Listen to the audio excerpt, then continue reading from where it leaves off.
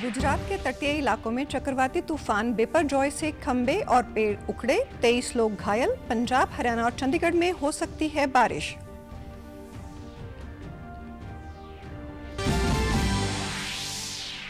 केंद्रीय राज्य मंत्री कृष्ण पाल गुर्जर ने फरीदाबाद में 250 यूनिट से ज्यादा रक्तदान करने वाले रक्तदाताओं और संस्थाओं को किया सम्मानित। फरीदाबाद को नंबर 1 बनाने पर दी बधाई। 9वें अंतर्राष्ट्रीय योग दिवस के उपलक्ष्य में प्रदेश भर में निकाली जाएंगी 2000 योग जागरण यात्राएं। सीएम पानीपत और पीएम अमेरिका में मनाएंगे योग दिवस। और आईटीबीपी भानु के नॉन जीडी बैच के दीक्षांत एवं शपथ ग्रहण समारोह में 354 परीक्षार्थी बल की मुख्यधारा में हुए शामिल। नमस्कार, मैं हूं शैली तनेजा। अब समाचार विस्तार से। गुजरात के तटीय इलाकों से टकराने के बाद चक्रवाती तूफान बिपरजॉय कमजोर पड़ गया है। मौसम विभाग के महानिदेशक मृत्युंजय महापात्रा ने कहा कि बिपरजॉय के कमजोर पड़ने के बाद आज शाम तक दक्षिण राजस्थान में चक्रवात के डिप्रेशन में बदलने की उम्मीद है। गुजरात में कल बिपरजॉय के लैंडफॉल की प्रक्रिया के दौरान 23 लोगों के जख्मी होने और 24 पशुओं के मरने की सूचना है। साथ ही तेज हवाओं की वजह से कच्छ और सौराष्ट्र इलाकों में पेड़ और खंबे उखड़ने की घटनाएं सामने आई हैं। तटीय इलाकों से करीब 1 लाख लोगों को सुरक्षित स्थानों पर पहुंचा दिया गया है। एनडीआरएफ, एससीआरएफ के अलावा army, navy, air force, Indian coast guard और बीएसएफ की टीमें राहत और बचाव कार्यों में जुटी हुई हैं। बिपरजॉय अरब सागर का सबसे लंबा तूफान बन चुका है। इसकी अवधि 10 दिन 12 घंटे की है।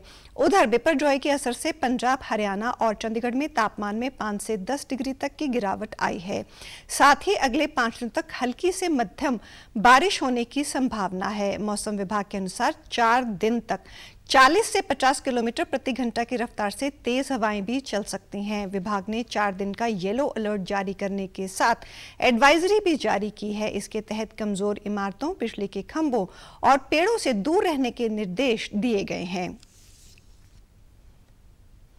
प्रधानमंत्री नरेंद्र मोदी ने हैदराबाद में चल रही G20 देशों की कृषि कार्य समूह की 3 दिवसीय मंत्री स्तरीय बैठक को वीडियो संदेश के जरिए संबोधित किया। प्रधानमंत्री ने G20 देशों वैश्विक खाद्य सुरक्षा सुनिश्चित करने के लिए सामूहिक प्रयास करने की अपील के साथ ही वैश्विक उर्वरक आपूर्ति श्रृंखला को मजबूत करने की भी अपील की।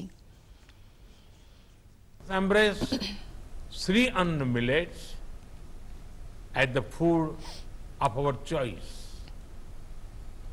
As part of our own commitment, India is developing an Institute of Millets Research as a center of excellence for sharing best practices, research and technology in millets.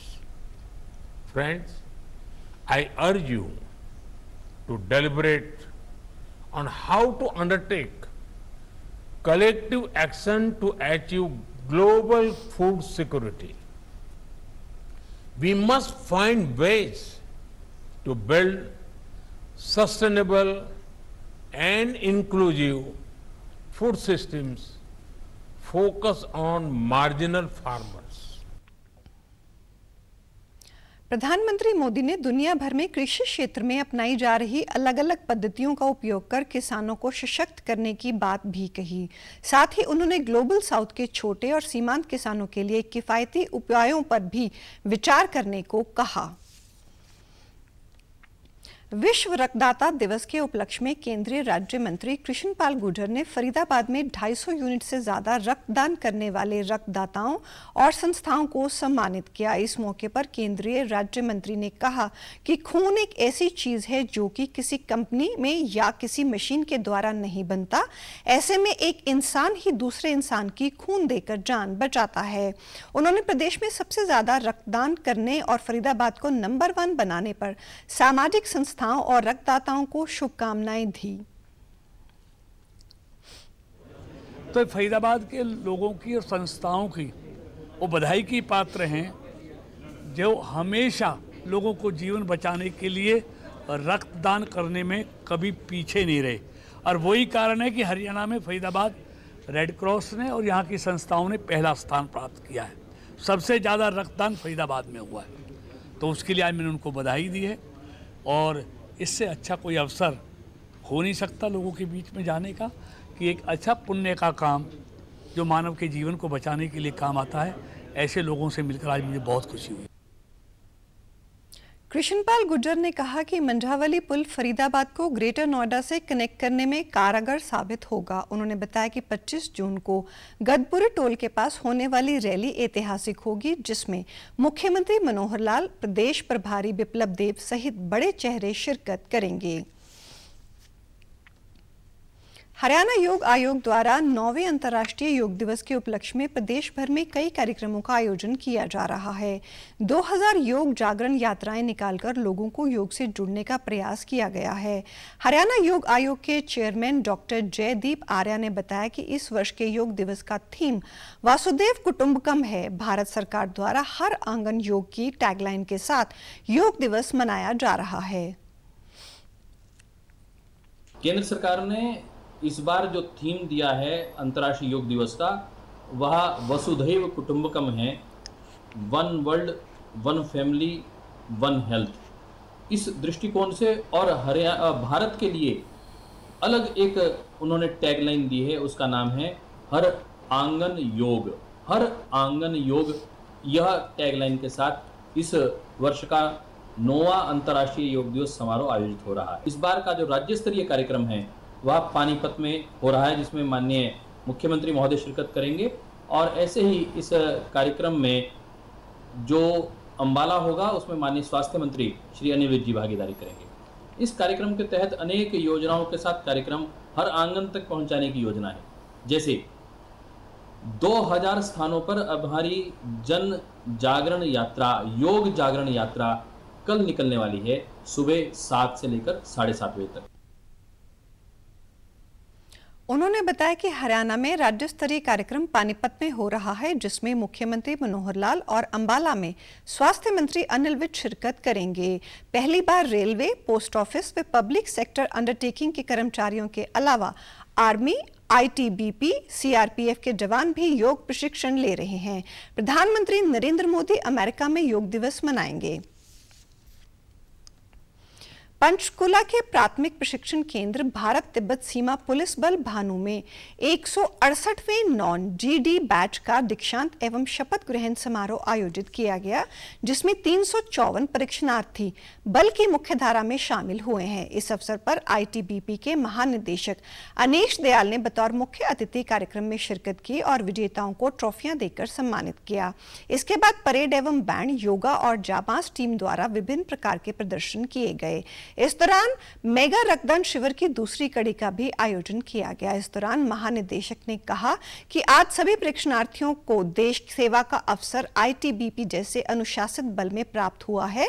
आपने जो केंद्र में ज्ञान अर्जित किया है उसे कायम रखते हुए अपने जीवन में और अधिक सीखने का प्रयास करें। बैच था, इसमें 354 नॉन जीडी बैच के कांस्टेबल थे जो डिफरेंट कार्डर्स के थे, जिसमें driver, telecommunication, animal transport, pioneer, ये सभी कार्डर के थे। और इसमें 5 महिलाएं थी, तो 349 पुरुष ट्रेनिंग्स थे और 5 महिलाएं ट्रेनिंग्स थी।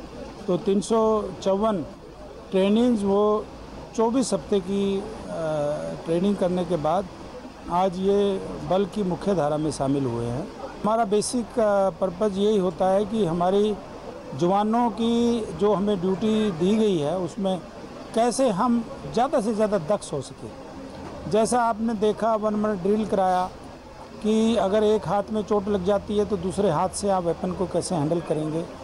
अगर आप रात को आपके वेपन में कोई रोक पड़ जाती है, आपको खोलना जोड़ना पड़ता है, तो कैसे आप अंधेरे में उस वेपन को हैंडल कर सकते हैं। इस अवसर पर महानिरीक्षक ईश्वर सिंह दुहन ने कहा कि दीक्षांत एवं शपथ ग्रहण समारोह में 16 राज्यों के 354 परीक्षणार्थी, जिनमें से 5 हिम वीरांगनाएं भी शामिल हैं, ने भाग लिया। इन परीक्षणार्थियों की 24 महीने की ट्रेनिंग पूरी हुई है।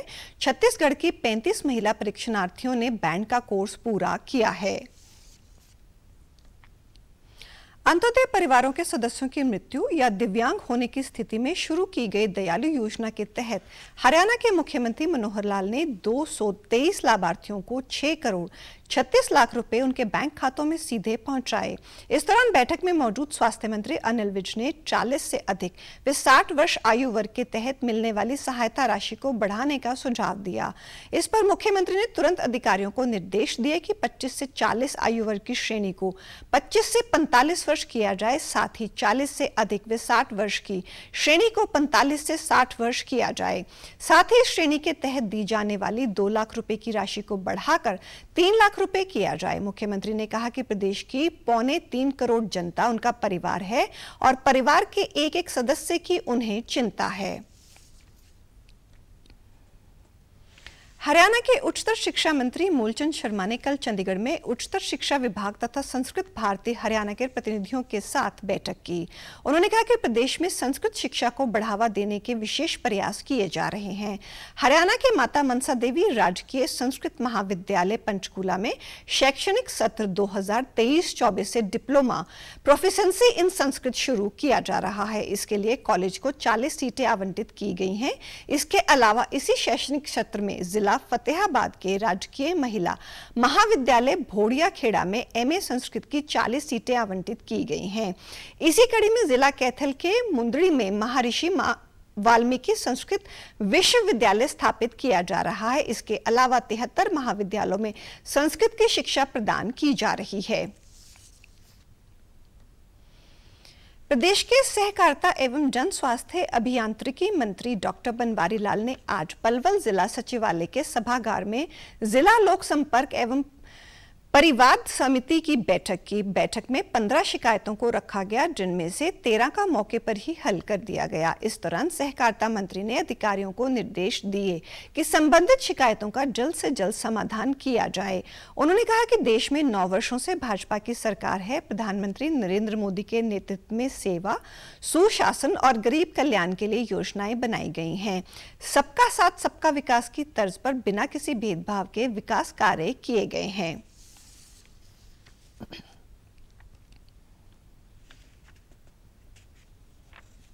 9 साल के अंदर पूरे देश के अंदर व्यवस्था परिवर्तन का काम किया है।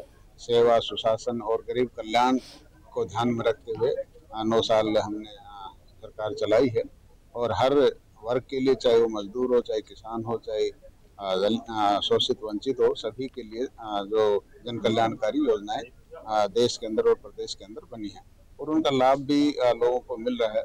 सबका साथ सबका विकास और बिना भेदभाव के और अंत्योदय के सिद्धांत पर हमारी जो सरकार काम कर रही है कि समाज के अंदर गरीब से गरीब आदमी को भी हमारी जितनी भी जन कल्याणकारी योजनाएं हैं उनका लाभ मिलना चाहिए।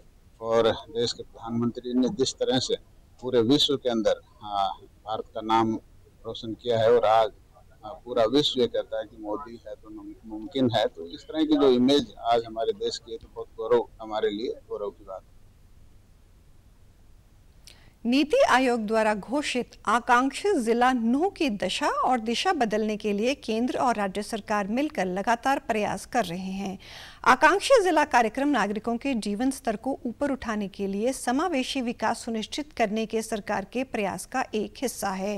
विभिन्न देशों में तैनात भारतीय राजदूतों ने वीडियो कॉन्फ्रेंस से आकांक्षी जिला संबंधी कार्यों की समीक्षा बैठक की। बैठक में आबू धाबी से उप सचिव प्रेमचंद, तालीन से प्रथम सचिव मनोज शर्मा, एल्गोरिदम से प्रथम सचिव विश्वासनाथ गोयल और MEA नई दिल्ली से उप सचिव प्रदीप कुमार सहित 4 राजदूतों ने भाग लिया। इस दौरान अतिरिक्त उपायुक्त रेणु सौगन ने बताया कि नागरिकों की जागरूकता व अधिकारियों की मेहनत का ही नतीजा है कि नूंह जिले की डेल्टा रैंकिंग में सुधार हुआ है। नूंह में संस्थागत डिलीवरी 100% है। इस दौरान राजदूतों के प्रतिनिधिमंडल ने घासेड़ा गांव के प्राथमिक स्वास्थ्य केंद्र का दौरा कर स्वास्थ्य सुविधाओं का जायजा लिया। बढ़ाना तो लड़कियों को पढ़ाएं। देखिए पूरे हिंदुस्तान में जो लड़कियां पढ़ने में लड़कों से आगे हैं, अभी इस एरिया में लड़कियां थोड़ी पीछे चल रही हैं।